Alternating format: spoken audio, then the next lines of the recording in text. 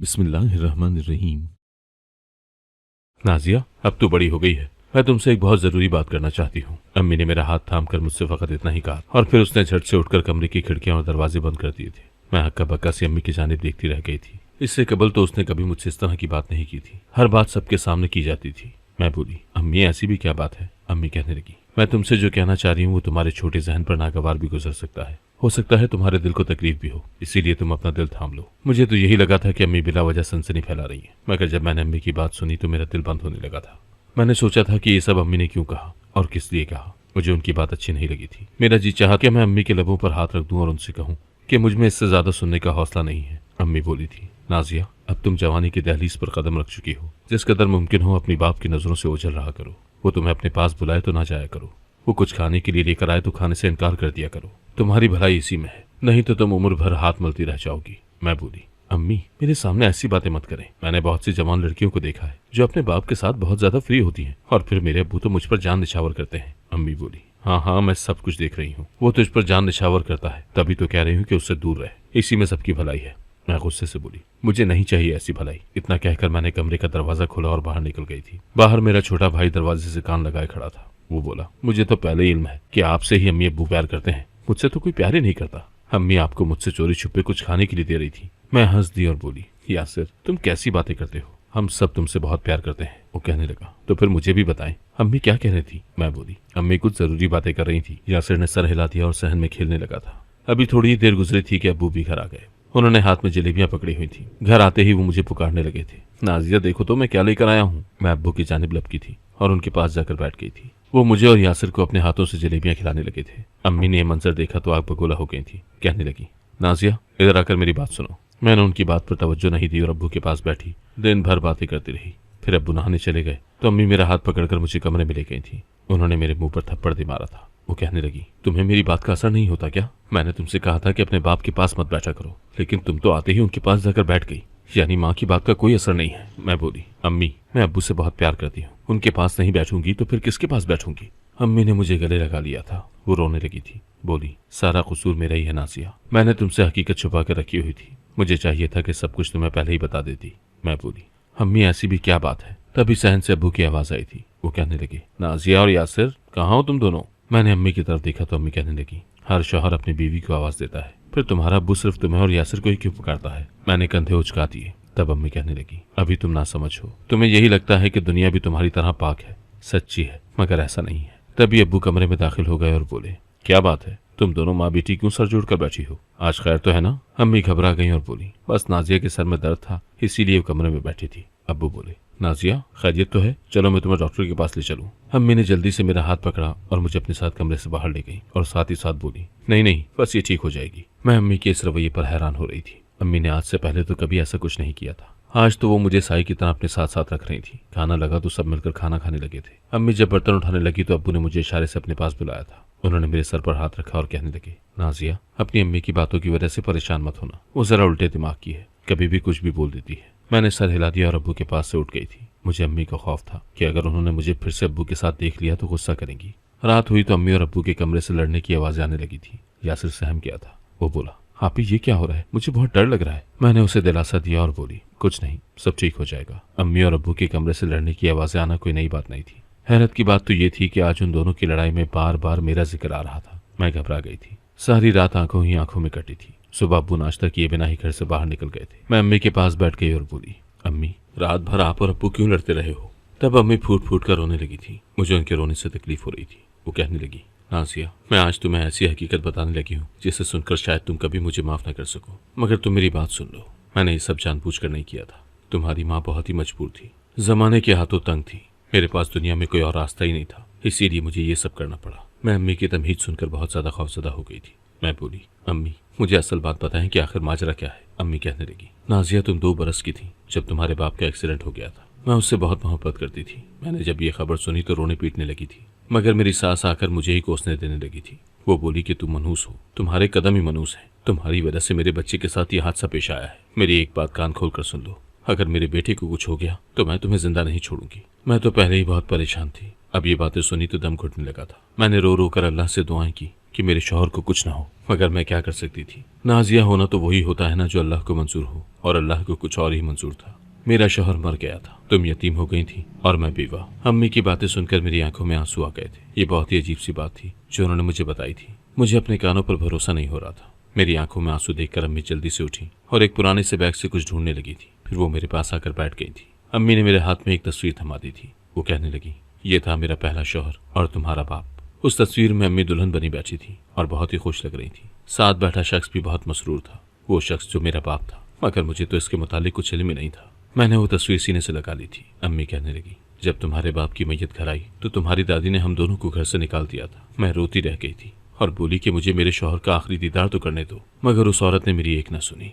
मैं तुम्हें अपने साथ अम्मी के घर ले गई थी, मगर वहाँ बहुत गुर्बत थी। मेरे भाई छोटे थे, माँ माजूर थी, बाप तो बहुत अरसा पहले गुजर चुका था। मेरे घर वालों ने हम दोनों को हाथों हाथ लिया था, मगर वहाँ रिस्क की इस कदर कमी थी कि तुम हर वक्त बीमार रहने लगी थी। मुझे तुम्हारे खातिर कुछ न कुछ तो करना ही था। एक दिन मेरी अम्मी कहने लगी कि तुम शादी कर लो सलमा, इसमें तुम्हारी बच्ची की भलाई है। उस वक्त मुझे अम्मी की बात बहुत ठीक लगी। मैंने हामी भर ली और कहा, ठीक है अम्मी, आप मेरे लिए रिश्ता तलाश कर दें, मैं शादी कर लूंगी। अम्मी ने हसन का रिश्ता न जाने कहाँ से ढूंढा और कहाँ से उसे मेरे रूबरू ले आई थी। वो मुझसे शादी करने पर रजामंद था। मैंने उसके सामने हाथ जोड़कर बस इतनी गुजारिश की थी कि तुम मेरी बेटी को कबूल कर लेना। वो बोला, हाँ ठीक है, मैं तुम्हारी बेटी को अपने सीने से लगा कर रखूंगा। मैं बोली, अगर तुमने ऐसा कर दिया तो मैं उम्र भर तुम्हारी गुलाम बनकर रहूंगी, तुम जो कहोगे मैं वैसा ही करूंगी। वो खुश हो गया। उसने मेरे साथ निकाह कर लिया और मुझे अपने घर ले आया था। उसने मेरी बात मानी और तुम्हें अपनी बेटियों की तरह चाहने लगा। घर में रिस्क की भी कोई कमी नहीं थी। मैं अब अपने पहले शौहर को याद करके आहें भरती रहती थी, मगर इस बात में खुश थी कि तुम महफूज हाथों में हो। एक दिन अम्मी मुझसे मिलने को आई तो हसन ने बहुत हंगामा किया था। वो कहने लगा, आज तो तुम्हारी माँ मेरे घर आ गई है, फिर मैंने इसे यहाँ देखा तो तुम्हें तलाक दे दूंगा। मैं तो हसन की बात सुनकर हक्का बक्का रह गई थी।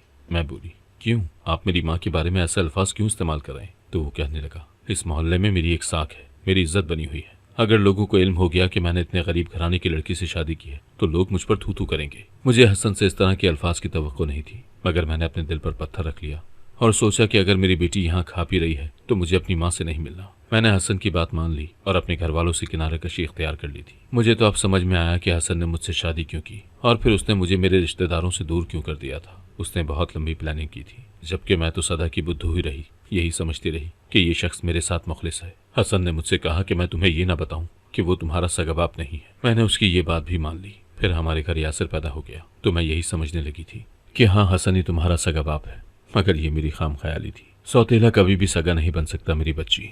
मैं बोली, अम्मी अब क्या हुआ है? अम्मी कहने लगी, तुम कुछ दिन अपनी आंखें और कान खुले रखो, हर बात खुलकर तुम्हारे सामने आ जाएगी। मैं कुछ भी कहकर तुम्हें मजीद परेशान नहीं करना चाहती। तुम मेरी एक बात पल्लू से बांध लो, हसन तुम्हारा सगा बाप नहीं है, वो तुम्हारे लिए एक अजनबी शख्स है और अब तुम बड़ी हो गई हो, बालिग हो गई हो, उससे दूर ही रहना। इतना कहकर अम्मी मेरे पास से उठ गई थी, जबकि मैं फूट फूट कर रोती रही थी। आज मेरा दिल बहुत जख्मी हो गया था। सच कहूं तो मुझे अपने सगे बाप की मौत का रत्ती बराबर भी अफसोस नहीं था। जिस शख्स को मैंने कभी देखा ही नहीं, जिसका कभी जिक्र ही नहीं सुना, उसके मुतालिक अचानक से सुनकर दिल में कोई जज्बा नहीं उभरता। मैं तो उस शख्स के लिए रो रही थी जिसे उम्र भर अपना बाप समझती रही थी। वो मेरे लिए गैर कैसे हो सकता था भला? आज मैं उसी के लिए रो रही थी। ऐसा लग रहा था जैसे उसकी मौत वाक़ई हुई हो। मेरे अंदर उदासी भर गई थी। मैं सारा दिन मुर्दे की तरह कमरे में लेटी रही थी। शाम के वक्त अब्बू काम से वापस आए। वो मुझे और यासिर को पुकारते रहे थे, मगर मैं उठ न सकी तो अब्बू मेरे कमरे में आ गए थे। मेरी अम्मी ने सारा दिन कमरे में झांक कर नहीं देखा था। अब्बू के आते ही वो भी वहीं पर आ गई थी। अब्बू कहने लगे, मेरी गुड़िया इस तरह क्यों लेटी हुई है? क्या हुआ है मेरी बच्ची को? अम्मी कहने लगी, इसको बुखार है। अब्बू तड़प गए, कहने लगे, चलो उठो, मैं तुम्हें डॉक्टर के पास ले चलूं। अम्मी ने कहा, नहीं, ये नहीं जाएगी। अब्बू अम्मी को घूरने लगे थे तो मैं बोल पड़ी कि नहीं अब्बू, मुझे कहीं भी नहीं जाना। अब्बू मुझे देखते रहे और फिर सर हिलाकर कमरे से बाहर निकल गए और अम्मी भी उनके पीछे ही चली गई थी। मैं उठकर बैठ गई थी। अम्मी की आवाज़ मुझे सुनाई दे रही थी। वो कहने लगी, हसन मुझे मेरी माँ से मिलना है, मेरा दिल उसके लिए बहुत बेचैन रहता है। अब्बू एकदम से धार पड़े थे, कहने लगे, तुम वो बात भूल गई हो क्या जो मैंने शादी के अवाइल दिनों में की थी? मैंने तुमसे कहा था कि तुम अपने मैके वालों से कोई ताल्लुक नहीं रखोगी। अम्मी फूट फूट कर रोने लगी और बोली, हसन मुझ पर इस कदर जुल्म मत करो, मेरा दिल चाहता है कि मैं अपने घर वालों से मिलूं। इतने अरसे से नहीं मिली तो दिल मेरा बंद होने लगा है। अब्बू बोले, जो कुछ मर्जी कह लो, मेरी तरफ से कल भी इनकार था और आज भी इनकार है। इतना कहकर अब्बू शायद नहाने चले गए थे, जबकि अम्मी मेरे पास आ गई और बोली, देखा तुमने अपने बाप का गुरूर। मैं चुप ही रही थी। तब मुझे एहसास हुआ था कि जिस शख्स को मैं फरिश्ता समझती रही हूँ वो असल में अच्छा इंसान नहीं है। उसने मेरी माँ से रिश्ते तक छीन लिए थे। ये कोई अच्छी बात थी भला? अब मैंने महसूस किया था कि मेरी माँ और बाप में हर वक्त लड़ाई झगड़ा रहता था। एक रात वो फिर से बहुत ज्यादा लड़े थे। मैंने सुबह उठकर वजह पूछी तो अम्मी ने सब कुछ सच सच बता दिया था। वो कहने लगी, हकीकत यह है कि हसन तुम्हारी जवानी और हुस्न को देखकर लालच में आ गया है। वो तुम्हें फरोख्त कर देना चाहता है। मैं ये बात सुनकर हक्का बक्का रह गई थी। ऐसा लगा था जैसे मैं आसमान से समंदर की गहराइयों में गिर गई हूँ। मैं रोने लगी थी। उस दिन एक शख्स हमारे घर आया था। मैंने अम्मी से पूछा कि ये कौन है, तो अम्मी ने बताया कि ये तुम्हारा मामू है। मामू मुझे बहुत ही अजीब लगा था। पता नहीं वो सच में अजीब था या मुझे इसलिए लग रहा था कि ये हमारी पहली मुलाकात थी। अम्मी ने मुझे कहा कि मामू के पास जाकर सलाम करो, जबकि मैं तो दूर से ही उनको देखती रह गई थी। खैर, जब अब्बू घर वापस आए और मेरे मामू को देखा तो हत्ते से उखड़ गए थे। अब्बू ने मामू को ना सलाम कहा था और ना ही हालचाल दरियाफ्त किया था, बल्कि उसकी तरफ देखकर मुंह फेर लिया था और अम्मी से कहने लगे, ये शख्स जैसे हमारे घर आया है इसे वैसे ही यहाँ से चलता कर दो, नहीं तो मुझसे बुरा कोई नहीं होगा। अब्बू घर से बाहर निकल गए तो अम्मी ने बड़े इत्मीनान से मामू के लिए लवाजमात से भरपूर खाना तैयार किया था और फिर दोनों बड़ी देर तक बैठे आपस में गुफ्तगू करते रहे थे। मुझे अम्मी पर तरस भी आ रहा था कि बेचारी अपने भाई से बहुत अरसे बाद मिली थी। खैर, अब्बू के दोबारा घर आने से पहले पहले ही मामू वापस लौट गए थे। अब्बू जब घर आए तो मैंने खुद को कमरे में छुपा लिया था। मैं नहीं चाहती थी कि वो मुझे बेच दे। मुझे अब हर वक्त डर लगने लगा था। एक रात बहुत ही अजीब सा वाक़या हुआ था। मुझे महसूस हुआ था जैसे कोई मेरे सर पर खड़ा है। मैं हड़बड़ा कर उठ बैठी थी। मेरे सामने अम्मी खड़ी थी। वो बोली, ये सब क्या है? मैं बोली, ये सब क्या है?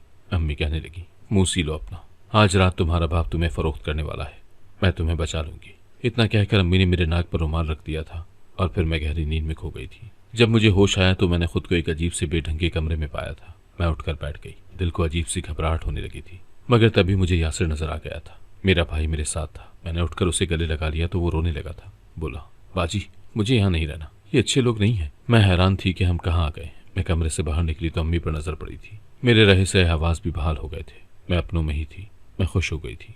मैं अम्मी के पास जाकर बैठ गई और बोली, हम कहाँ आए हैं? अम्मी कहने लगी, रात को हसन तुम्हें फरोख्त करने लगा था। मैंने तुम्हारे मामू को फोन कर दिया। शुक्र है कि इसने वक्त पर हमें बचा लिया। अब हम तुम्हारे मामू के घर हैं। मैंने सर हिला दिया था। मुझे बहुत अफसोस हुआ था। काश वो शख्स जिसको मैं अपना बाप समझती रही वो ऐसा ना निकलता। मामू का घर अजीब सा था। उस घर में मेरे इतने ज्यादा मामू होंगे मैंने तो कभी सोचा भी नहीं था। वो सब अजीब से थे, बदसूरत भी थे, जैसे मेरी माँ बदसूरत थी। मेरा सौतेला बाप बहुत ही खूबसूरत मर्द था। मैं उसकी जानिब देखकर अक्सर सोचा करती थी कि उसका और मेरी माँ का तो कोई जोड़ ही नहीं है। न जाने इनकी शादी कैसे हो गई थी। मामू के घर का माहौल अजीब बेढंगा सा था। मुझे यहाँ अच्छा महसूस नहीं हो रहा था। मेरी माँ भी हमसे कटकर रह गई थी। 2 दिन तो आराम से गुजर गए थे, मगर तीसरी रात अजीब सा वाक़या हुआ था। मेरे मामू, जो एक बार हमारे घर भी आए थे, मेरे पास दूध लेकर आए और बोले कि इसको पी लो। मैंने उसकी जानिब बड़ी गौर से देखा था। आज उसका अजीब सा चेहरा बड़ा खुश लग रहा था। मैं हैरान हुई थी क्योंकि ये लोग बहुत ही कम मुस्कुराते थे। मैंने मामू के हाथ से दूध का गिलास पकड़ लिया तो मोमानी ने इशारे से मुझे अपनी जानिब मुतवज्जा किया था। मैंने उसकी जानिब देखा तो वो मुझे दूध पीने से मना कर रही थी।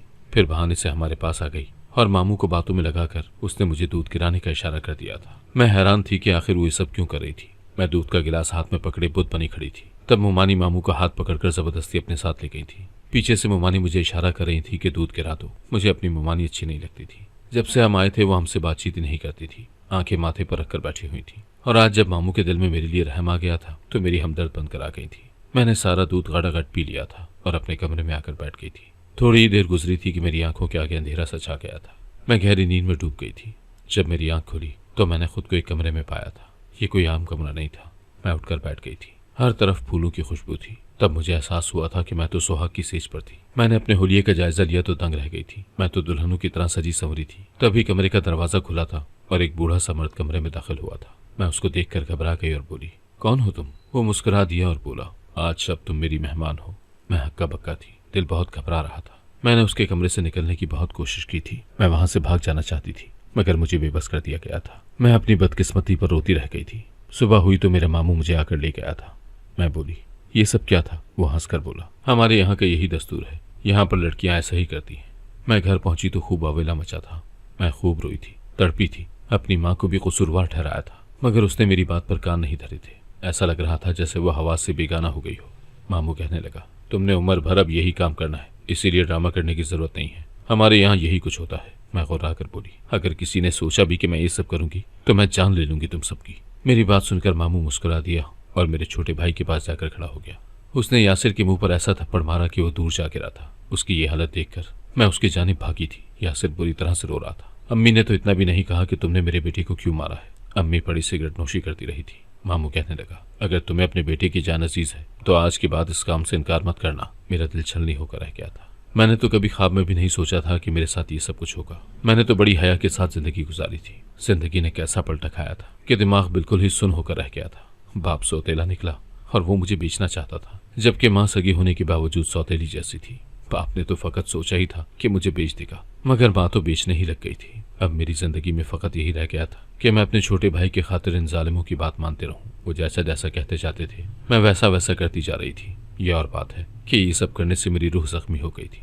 मैं अब आईने में खुद को देखती तो डर जाया करती थी। मुझे खुद से वहशत होने लगी थी। एक दिन मैं घबरा गई तो छत पर चली गई थी। थोड़ी देर बाद मुझे कदमों की चाप सुनाई दी थी। मैंने मुड़कर देखा तो मेरी ममानी खड़ी थी। वो मुझे बड़े गौर से देख रही थी। फिर बोली, तुम्हें देखकर ऐसा लगता है कि तुम ये सब करना नहीं चाहती, फिर क्यों कर रही हो? मैं गुस्से से बोली, आपके शौहर ने धमकी दी है कि अगर मैंने उनकी बात न मानी तो वो मेरे भाई को अगले जहान में पहुंचा देंगे।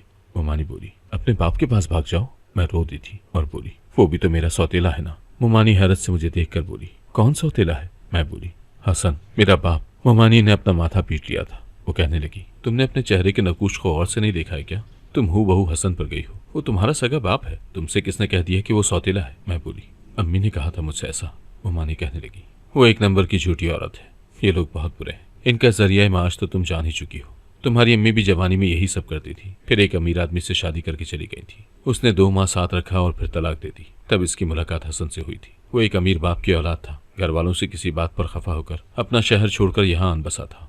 तुम्हारी माँ ने उसे अपने जाल में फंसा लिया था। वो बेचारा सीधा सादा सा था और शादी कर ली। जब तक तुम्हारी माँ की असलियत उसे पता चली तब तक तुम पैदा हो चुकी थी। वो इतना शरीफ आदमी था कि तुम्हारी वजह से उस औरत के साथ गुजारा करता रहा। वापस भी नहीं जा सकता था कि ऐसी औरत को घर कैसे लेकर जाए। यूं ही वक्त गुजरता गया और वो बेचारा शराफत का मारा इस औरत को छोड़ भी ना पाया कि बच्चों पर बुरा असर पड़ेगा। वैसे तुम्हारी माँ की मक्कारी को दाद देना पड़ेगी। उसने किस तरह तुम्हें तुम्हारे बाप के खिलाफ कर दिया। अब भी ज्यादा देर नहीं हुई, तुम लौट जाओ। इतना कहकर मुमानी नीचे चली गई थी, जबकि मैं सदमे से 2-4 थी। रात के वक्त मुझे फिर से बेचने के लिए ले जाया गया था।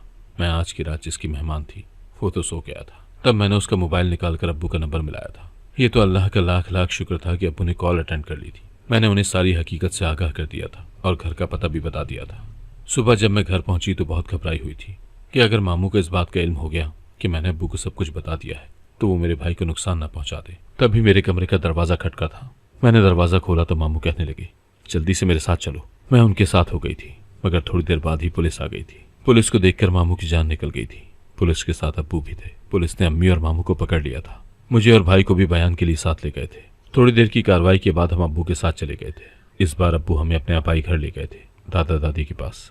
अब्बू ने बताया था कि उस रात मामू ने अब्बू को मारने की कोशिश की थी। वो बेहोश हो गए तो अम्मी और मामू घर से फरार हो गए थे। अब मैं अपनी दादी के साथ रहती हूँ। वहाँ सबको इल्म है कि मेरे साथ क्या घटना घटी है, मगर सबने मुझे कबूल कर लिया है और पप्पो ने तो अपने बेटे से मेरा रिश्ता भी कर दिया है। जिंदगी डगर पर आ गई है। मैं अल्लाह की बहुत शुक्रगुजार हूँ। ये सब उसी की वजह से हुआ है कि मुझे और मेरे भाई को अमान मिल गई है। अगर आपको आज की कहानी पसंद आई है तो वीडियो को जरूर लाइक कीजिएगा और अपने दोस्तों के साथ भी शेयर कीजिएगा। और हाँ, अगर आपने अभी तक हमारा चैनल सब्सक्राइब नहीं किया तो जरूर सब्सक्राइब करें। मिलते हैं कल एक नई और दिलचस्प कहानी के साथ। अल्लाह हाफिज।